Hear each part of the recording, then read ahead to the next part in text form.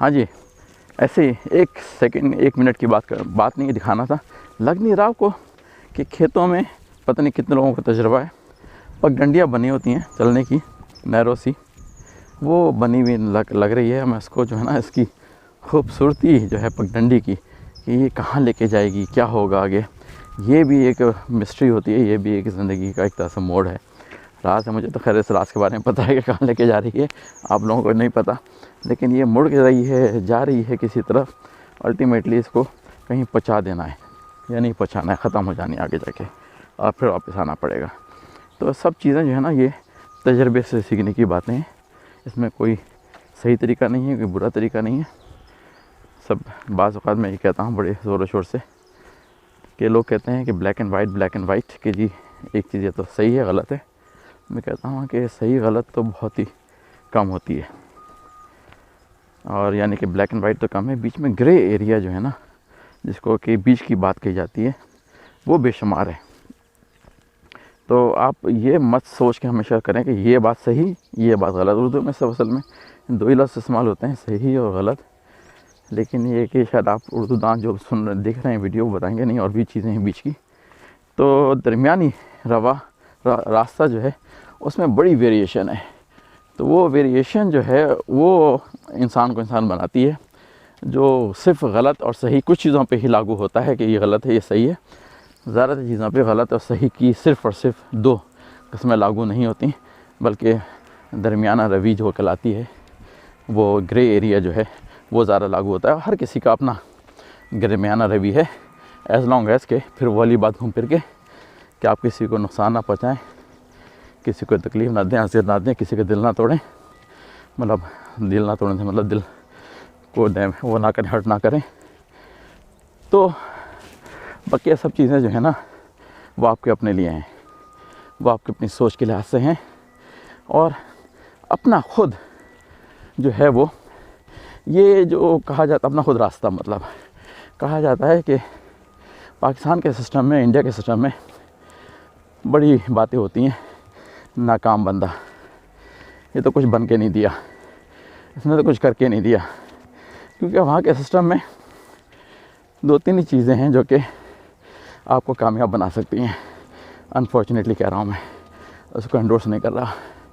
चढ़ाई है भाई, सांस फूल गई है, तो आप भी कहेंगे भाई खामोश क्यों नहीं जाता, बोले जाता है। तो उसमें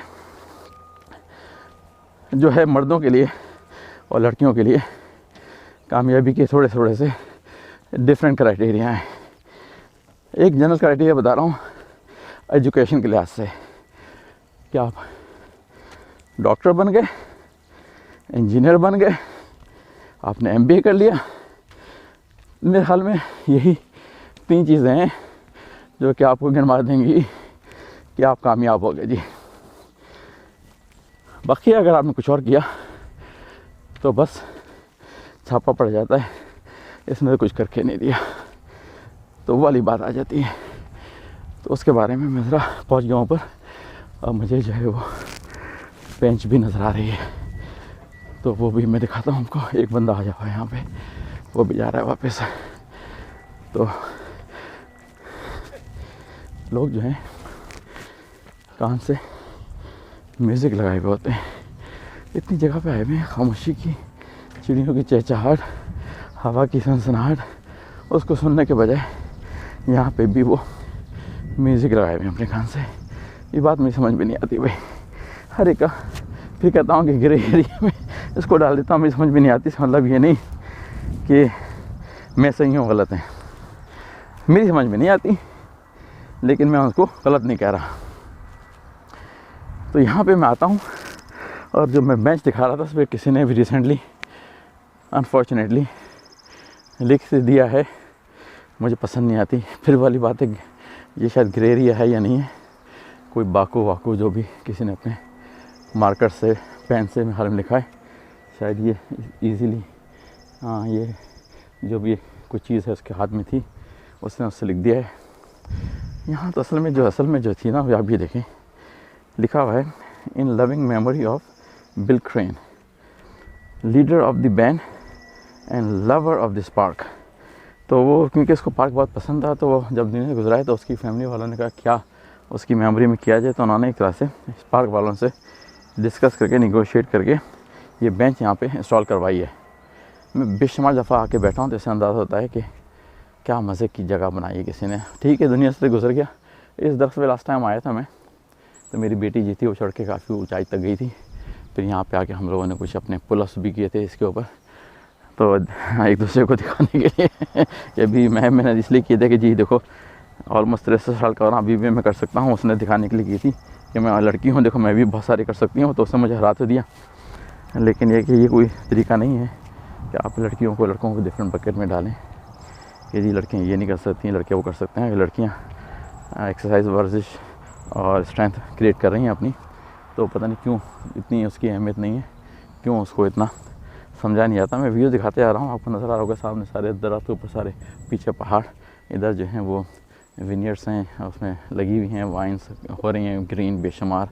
अभी बहुत छोटे छोटे अंगूर हैं, फिर होंगे अल्टीमेटली बड़े। यहाँ पे जो है वो कोने में सामने अगर आपको नज़र आ रहा है घर भी बना हुआ है, और उसके नीचे उन्होंने एक थोड़ा सा वो बनाया हुआ है जो कि ग्लास से छुप रहा है काफ़ी हद तक। यहाँ पे इनके पास किसी ज़माने में हॉर्सेस होते थे, अब तो नहीं, शुक्र है, अच्छी बात है बुरी बात है, दोनों हॉर्सेस होते थे जो कि इसमें अंदर घुमा करते थे। अब मेरा ख्याल ये कि खैर वो सुनने में आ रहा था कि कुछ वो गोट्स और बकरियाँ वगैरह उनका यहाँ पे कलेक्ट करने का प्रोग्राम है। लेकिन ये कि वो घर बना हुआ है, सामने उसमें पेटी बना हुआ है, कोई बैठा हुआ नहीं है, क्योंकि ये लोग यहाँ पे इतने अरसे से रह रहे हैं कि इन चीज़ों को देख के एक तरह से वो आदी हो गए हैं। हम लोग तो कभी कभी आते हैं तो हम इसको बहुत ज़्यादा इंजॉय करते हैं कि क्या बात है, मंज़र है। लेकिन सारे जो लोग मुसलसल सालों से यहाँ पे रह रहे हैं उनके लिए शायद वो इतनी अहम बात नहीं रही है। तो बात हो रही थी कि कामयाबी नाकामी की। बहुत सारी दुनिया की लोगों की नज़र में मैं जो हूँ नाकाम हूँ, लूज़र इंग्लिश में कहते हैं और उर्दू में कहते हैं नाकाम बंदा। तो वो मैं हूँ बहुत सारी लोगों की नज़र में। एक ज़माना था कि मैं उसको बहुत कामयाबी भी ली है दुनिया की नज़र में। अब मैं आपकी बात करूँ, अब इस ज़माने में अगर मुझे कोई देखे तो ये कहे कि क्या लूज़र है, ना तो उसकी बीवी है, ना इसका अपना घर है, ना इसका कोई ठिकाना है, ना इसका कोई प्लान है ज़िंदगी में। क्योंकि अब मैंने जो रास्ते तैयार किए ज़िंदगी के वो यही किए। बीवी का तो खैर मुझे पता नहीं कि क्या होगा क्या नहीं होगा, लेकिन ठिकाने का भी मुझे नहीं पता क्या होगा। लेकिन अभी जो है फ़िलहाल ना मुझे बहुत ज़्यादा ठिकाने की तलाश है, ना ही मैं कोई क्रेज़ी हो रहा हूँ बीवी की तलाश में। क्योंकि जो मुझे फ्रीडम मिली हुई है अपनी फ़िलहाल की, उसको मैं बहुत ही गहरे अंदाज में एंजॉय कर रहा हूँ, लुत्फ़अंदोज़ हो रहा हूँ। मैं इस वक्त निकल के आ गया हूँ, थर्सडे का दिन है। वैसे तो मैं बिज़नेस पे होता हूँ, उसको भी मैं थोड़ा सा वाइंड डाउन कर रहा हूँ कि जी पैसे बनाने के चक्कर में ना पढ़ूँ ज़्यादा और अपने आप फुर्सत के दिन निकालूँ ज़्यादा। तो पैसे जो बन जाते हैं दाल रोटी के वो चलते रहें तो अच्छा है, लेकिन इसके अलावा जो है ना कोई बैंक में डालने का, बड़े घर लेने का वो नहीं है। तो मैं दुनिया की नज़र में बहुत आसानी से लूज़र बना पाऊँ। लेकिन मैं आपसे ही कहने जा रहा हूँ कि क्या मुझे कोई परवाह है? मुझे कुछ परवाह नहीं है। ये मेरी ज़िंदगी है, मेरे फ़ैसले हैं जो कि मुझे एंजॉयमेंट दे रहे हैं, हर्ट कर रहे हैं।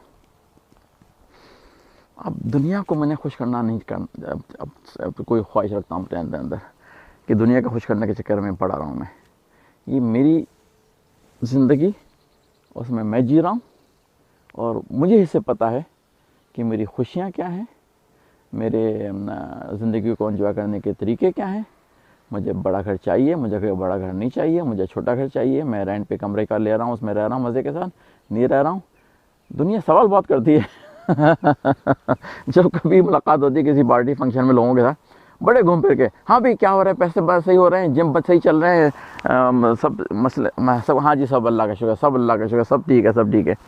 क्योंकि मैंने ना तो ये बताना है कि हाँ जी बड़े मैं रेल पे में लगा हुआ हूँ पैसों की, ना मैंने ये बताना है कि जी मैं रुस्वा हुआ हूँ। ये मेरी अपनी ज़िंदगी रुस्वा का लफ्ज़ उन्हीं लोगों के लिहाज से यूज़ कर रहा हूँ, अपने लिहाज से नहीं। मैं बड़ा मुतमईन हूँ, बड़ा इंजॉय कर रहा हूँ और उम्मीद है कि अल्लाह में थोड़ा सा और टाइम देंगे कि मैं इसी तरह से ज़िंदगी को एंजॉय करता रहूँ। तो मैसेज आपका सिर्फ ये है कि अपनी ज़िंदगी वर्थ लिविंग खुद बनाइए, जो आपके ख्याल में हो वर्थ लिविंग। किसी और की डेफिनेशन वर्थ लिविंग जो होती है उस पर मत जाइए कि जी डॉक्टर और इंजीनियर और ये और वो, ये सब चीज़ें जो है ना ये लोगों के बनाए हुए तरीके हैं। मैं ये नहीं कह रहा कि गलत चीज़ें हैं, जिसको डॉक्टर बनना है ज़रूर बने, क्योंकि मुझे डॉक्टर की भी ज़रूरत पड़ सकती है, जिसको इंजीनियर बनना है ज़रूर बने। मुझे इंजीनियर की भी ज़रूरत पड़ सकती है, पड़ती रहती है, मतलब डॉक्टर की भी और इंजीनियर की भी, लॉयर्स की भी, और जी MBS वालों की, अकाउंटेंट्स की, सब लोगों की। और आप देखें अपने आसपास रोज़मर्रा की ज़िंदगी में बेशुमार लोग हैं जो कि वो हैं जिनकी सर्विस के बगैर आपकी ज़िंदगी चल नहीं सकती, और वो दुनिया की नज़र में क्या है, लूज़र्स हैं। ज़रा सोचिए थोड़ी देर के लिए, आप घूमिए सड़कों पे इधर उधर, छोटी छोटी दुकानें, छोटी छापड़ियाँ हैं, मोटरसाइकिल सही करने वाले कोने पे खड़े हुए हैं, तेल चेंज करने वाले कोने पे हैं, गाड़ी रिपेयर वाले कोने पे हैं, छापड़ी लगाए हुए हैं, सब्ज़ी बेच रहे हैं, फल बेच रहे हैं, इधर उधर आवाज़ें लगा रहे हैं, झाड़ू दे रहे हैं, घर की आके सफाइयाँ कर रहे हैं। क्या आपकी ज़िंदगी उनके बगैर चल सकती है?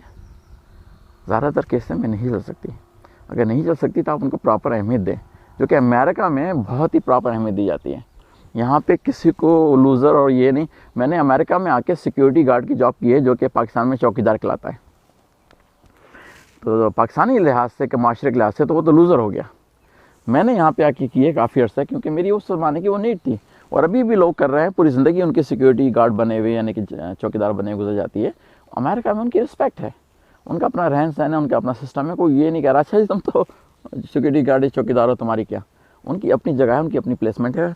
यहाँ पे जो वो कहलाते हैं जैनिटर्स, जो कि पाकिस्तान में खाकरूब और सफाई करने वाले जो लोग कहलाते हैं, तो उनकी भी बड़ी अहमियत है अपनी जगह पे। अमेरिका में उनकी भी इज़्ज़त है, वो भी बराबर आके इसी तरह से बेंच पे आके बैठ सकते हैं। आप ये नहीं कि उठ के निकल भागें कि जी कहाँ से आ गए जमादार खाकरूब।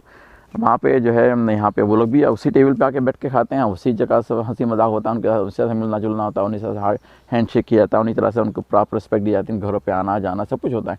मेरी जिम में मेंबर हैं, आते आते हैं। तो ये पता नहीं हम किस तरह से उस सिस्टम में फंस के रह गए हैं, इंडिया, पाकिस्तान, बांग्लादेश, उस रीजन में, कि हमने वो बनाई हुई क्लासेस कि ये बेकार है, ये सही है, बेकार है, ये कामयाब है, ये बेकार है, ये अच्छा है, ये बेकार है। ये बेकार का लफ्ज़ किसी तरह से हम निकालें अपनी लुग़त से, अपने सिस्टम से।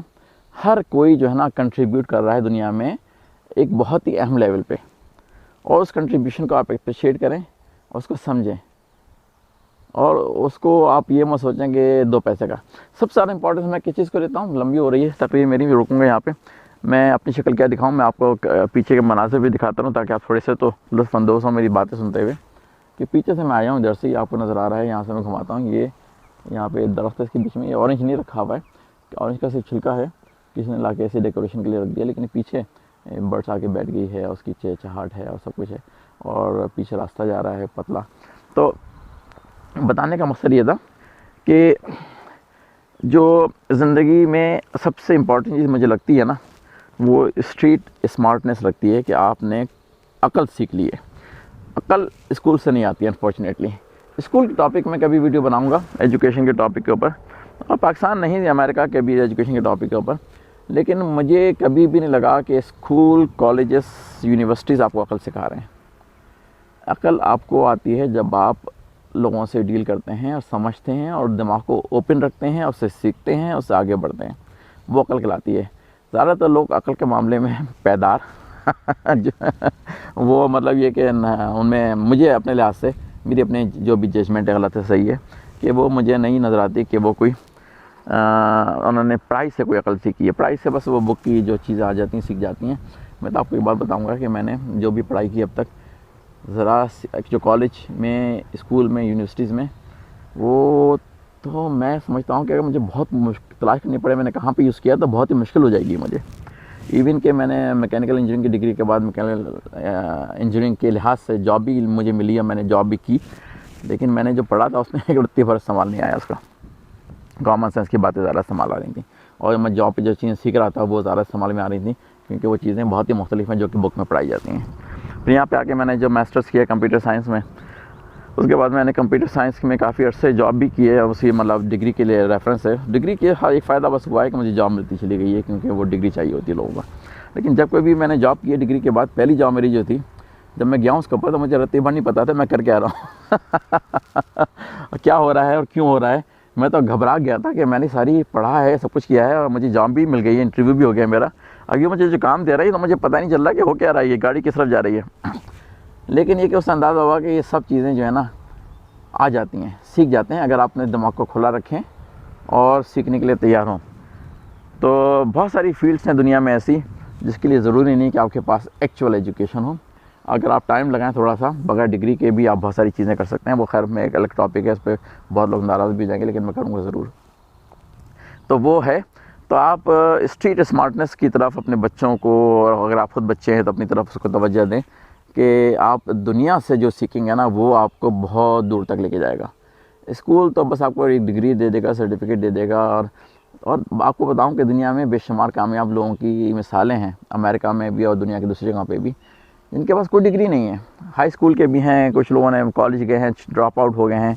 मैं ये नहीं रिकमेंड नहीं कर रहा कि आप भी यही करें, ड्रॉप आउट हो जाएं, वो तो अनयूजुअल केसेस हैं, बहुत ही कम केसेस हैं। लेकिन ये कि दुनिया में कामयाबियाँ, अगर आप मेहनती हैं और फोकस रखते हैं और सीखने के लिए तैयार हैं, तो आपको बेशुमार वेन्यूज़ मिलते रहेंगे सीखने के, और आप अपने रास्ते को तलाश करते रहेंगे।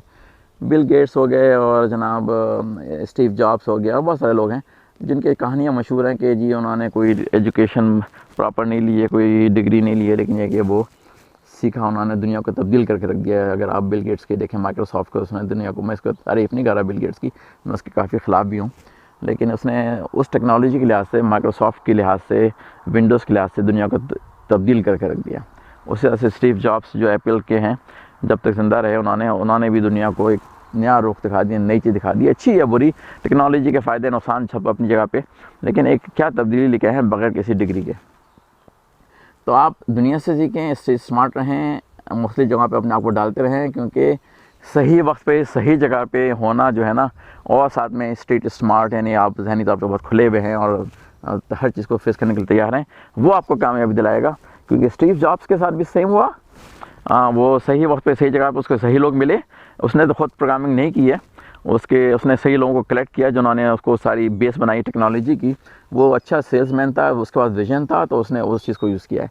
माइक्रोसॉफ्ट में भी बिल गेट्स जो थे वो प्रोग्रामर नहीं थे बेसिकली, बड़ी कमाल के, लेकिन उन्होंने अच्छे लोगों को जमा किया, उनकी सही जगह पे सही वक्त पे। उसकी भी स्टोरी पूरी किसी और वक्त होगी कि क्या सही वक्त पे सही जगह पे।